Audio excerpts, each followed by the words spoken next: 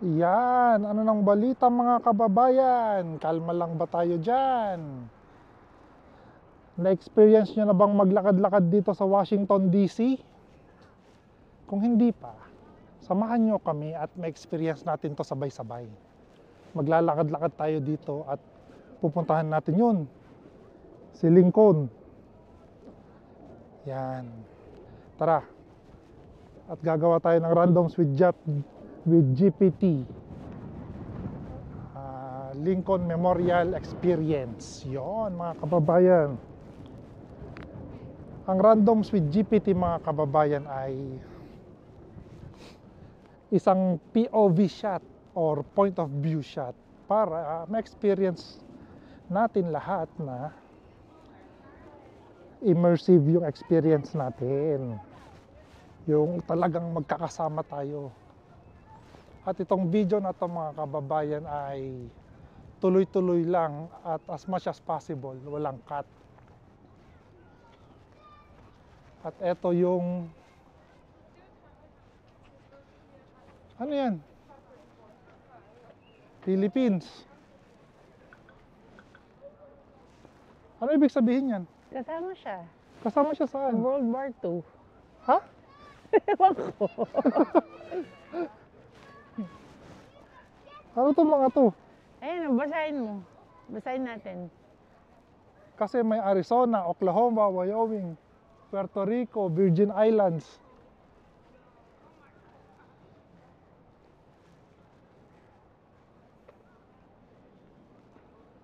Oh, ito yung D-Day, June 6, 1944.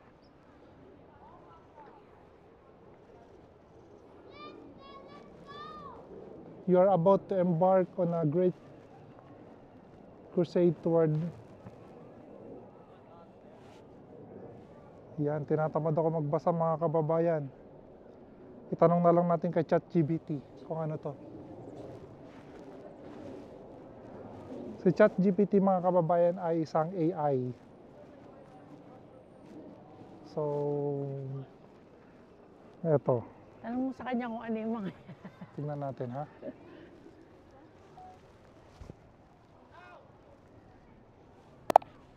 GPT, ano itong D-Day Sure. June 6, 1944? Nandito tayo ngayon sa Washington DC. Bakit may mga nakaukit na mga states at country. Philippines, Virgin Islands dito sa lugar na to? Itong lugar na ito ay bahagi ng World War II Memorial sa Washington, D.C. World War II. Yung mga nakaukit na pangalan ng states, territories, at pati na rin ang Philippines at Virgin Islands ay nagpapakita kung sino-sino ang nag-ambag ng mga sundalo at suporta noong panahon ng digmaan. Ang D-Day Ano ang D-Day? Ang D-Day ay isang mahalagang araw sa kasaysayan. Ano Sige. ang D-Day? Sabihin mo sa amin kung ano ang D-Day. Oo naman, ang D-Day ay tumutukoy sa araw kung kailan nagsimula ang malawakang paglusob ng Allied Forces sa Normandy, France noong World War II. Ito ang nagmarka ng simula ng pagpapalaya ng Western Europe mula sa kontrol ng Nazi Germany. Isa ito sa pinakamalaking amphibious military assaults sa kasaysayan, kung saan libu-libong sundalo ang lumahok para mabawi ang Europa. Okay. Yun daw mga kababayan ang simbolo ng mga nakaukit dyan. Yung mga simbolo sumali sa World War II. Nagbigay ng ano tawag ito? Nagbigay ng mga sundalo. Tara doon kay Lincoln. Tara, lakad tayo mga kababayan. I think lalabas tayo dito. Pag ganun yan. So kasama palang Pilipinas na nagbigay ng sundalo. Yeah.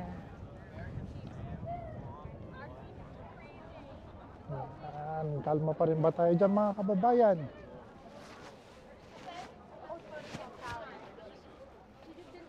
Pakita mo yung New Tara. York. Ituloy natin ang lakad natin. Ayan ang New York. Yan yung New York. At may bulaklak. Yan yung New York, may Rhode Island, Kentucky, Ohio, Indiana, lahat ng state.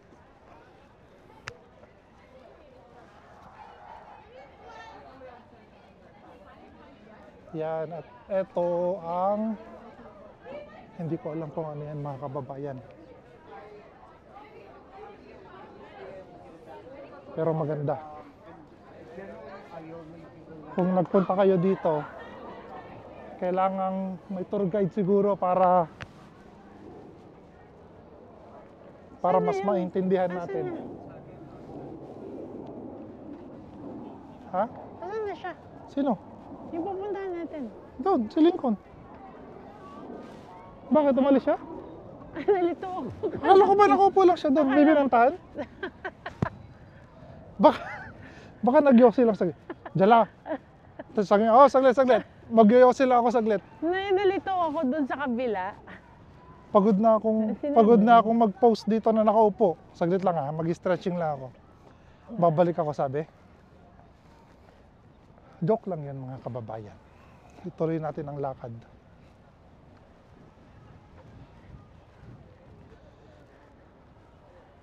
Yan.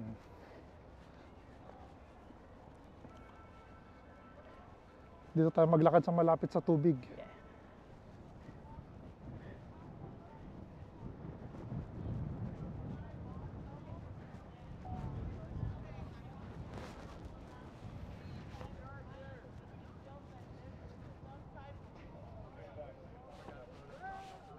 GPT.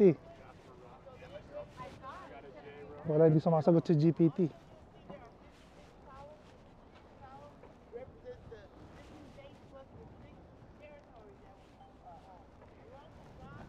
Hindi sumasagot si GPT.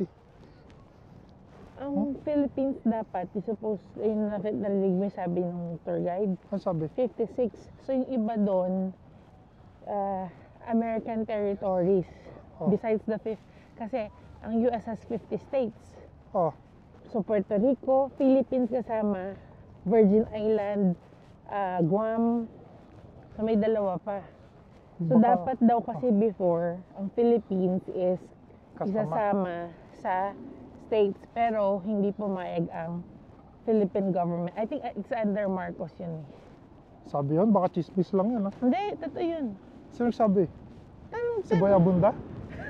Kung sinabi na Boy Abunda yun, maniniwala ako. tanong Pero mo pag kay hindi si ChatGPT. Boy Abunda nagsabi, baka Hindi chismis na ba lang yun. sumagot si ChatGPT? Tanong mo nga kung tama. Minsan, mali-mali rin to. ChatGPT. Hindi siya sumasagot. Hindi siya sumasagot. Haha, Oh, natawa ka. GPT, totoo Oo ba na dati gusto nilang gawing state ang Philippines pero hindi pumayag ang Philippine government? tama. May mga panahong pinag-usapan kung isasama ang Pilipinas bilang isang US state. Pero hindi ito natuloy. Iba't ibang dahilan ang naglaro, kabilang na ang kagustuhan ng mga Pilipino para sa kalayaan at sariling pamamahala.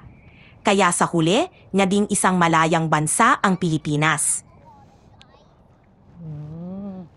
GPT. Umpisa doon sa World War II Memorial hanggang kay Lincoln, gaano kalayo? At ilang steps to? Mula sa World War II Memorial papunta sa Lincoln Memorial, mga 0.5 miles o halos 800 steps ang layo. Depende sa bilis ng lakad, aabutin ito ng mga 10 hanggang 15 minuto. Madali lang siyang lakarin at napakaganda ng tanawin sa paligid. Ilan sa kilometro ang 0.5 miles? Ang 0.5 miles ay halos 0.8 kilometers, kaya medyo maikli lang ang distansya.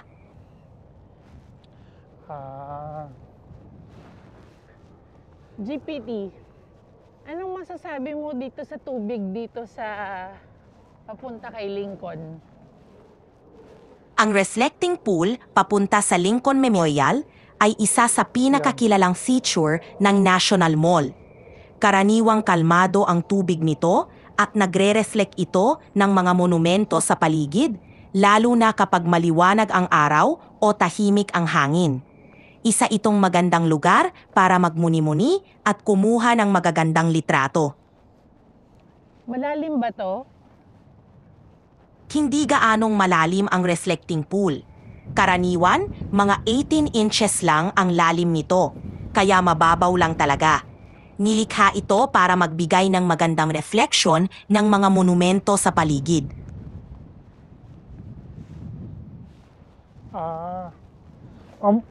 Kanina ka pa nagsasalita, hindi ka pa kilala ng mga kababayan natin. Magpakilala ka muna sa mga kababayan natin.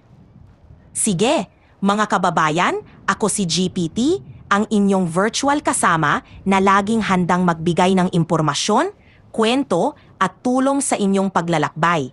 Kasama niyo ako dito para gawing mas makabuluhan at masaya ang inyong experience. Yan. Bakit tinawag na reflecting pool ito? Inawag itong reflecting pool dahil sa pahimik at malinaw nitong tubig na nagre-reflect ng mga monumento at kalangitan sa paligid.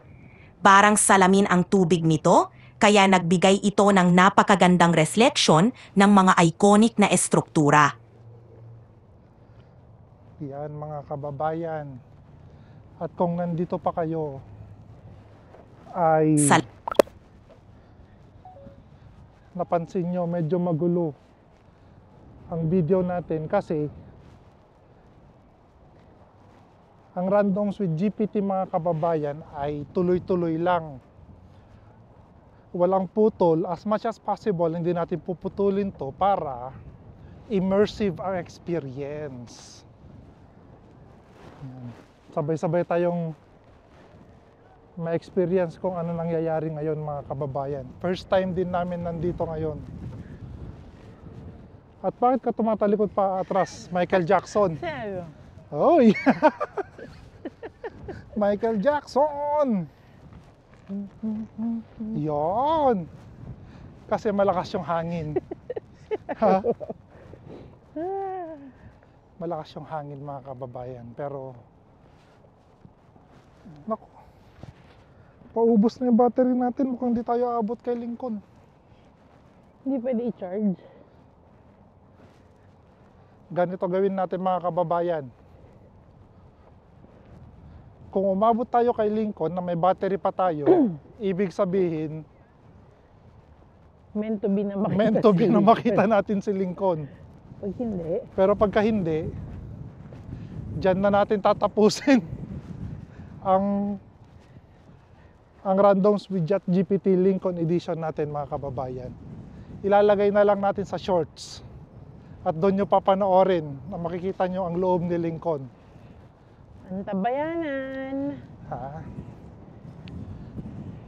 Woo! Kasi mag-i-stick tayo dito sa format ng video na walang magpuputol. Kahit boring.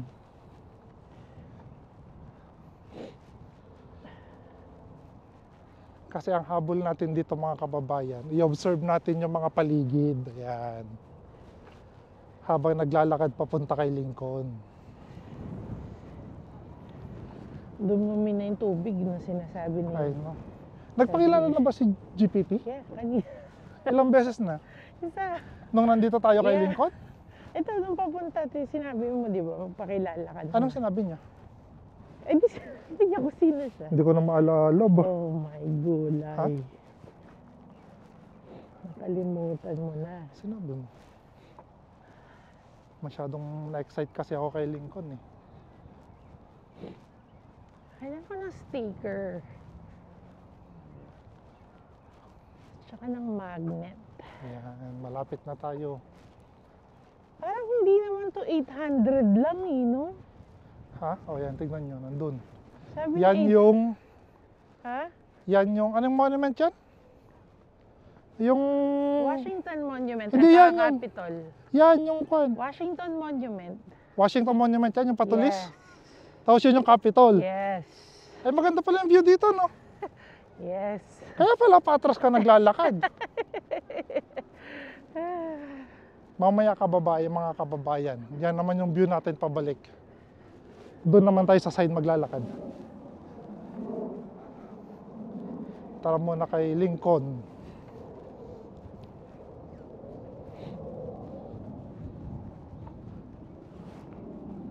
Abot pa kaya? Ilang percent? Hindi pa naman nagre-red. Mukhang abot naman siguro.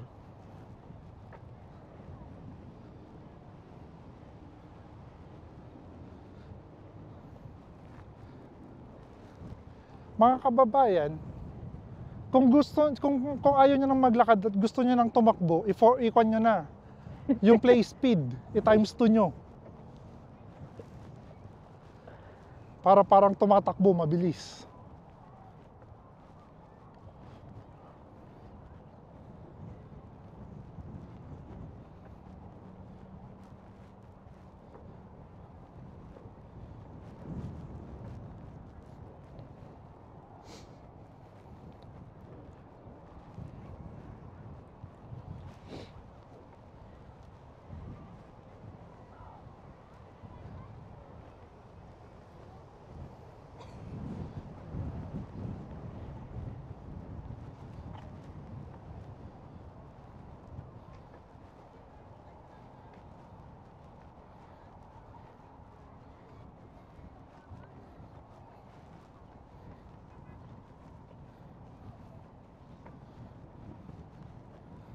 Saan pa tayo dito?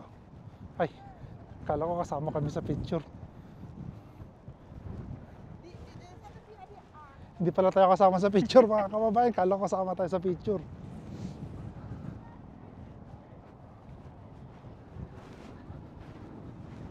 Kung hindi sana malamig mga kababayan, magasarap tumambay dito. Ayun, no? Ayan, tignan nyo. Na may tubig.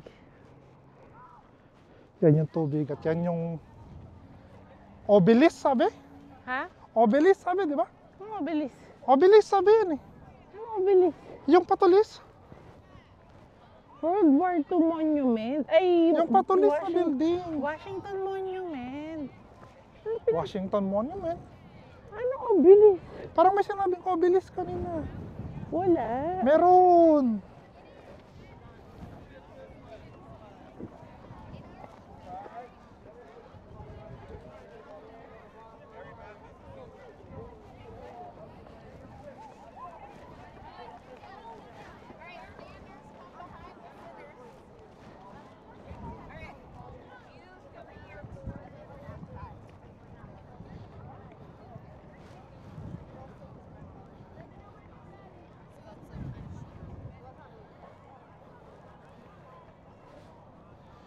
Yeah, malapit na tayo mga kababayan. Washington Monument, oh. Ha? Ano sinasabi mo? Parang may sinabi kaninang obelisk eh. Ano, ikon mo yung obelisk? O-B-L-I-S-K.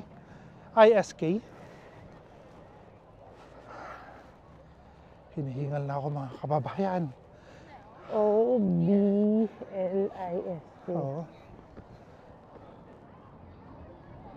Oh, obelisk din sabi, di ba? Yung shape. Kaya nga. So yung obelisk, mga kababayan, hinihingal ako.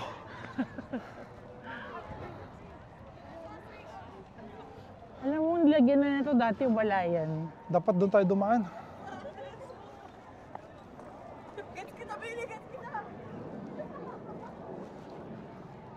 Ha? Konti na lang.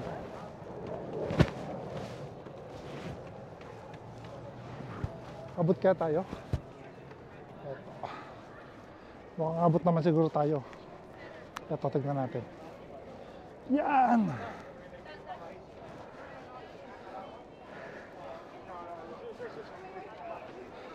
Eto, hawakan mo na to. Bilisan mo. Hawakan mo, itakbo mo. Ito, itakbo mo para kuan. Para maabot yung battery. Bilisan mo. Baka hindi maabot yung battery natin.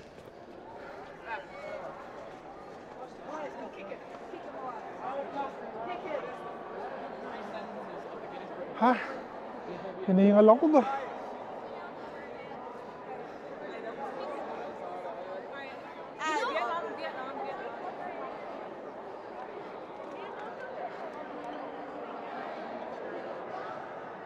At yan mga kababayan ang nakakahingal. Ano yan? Lincoln Memorial. Ay, nakakapagod ba?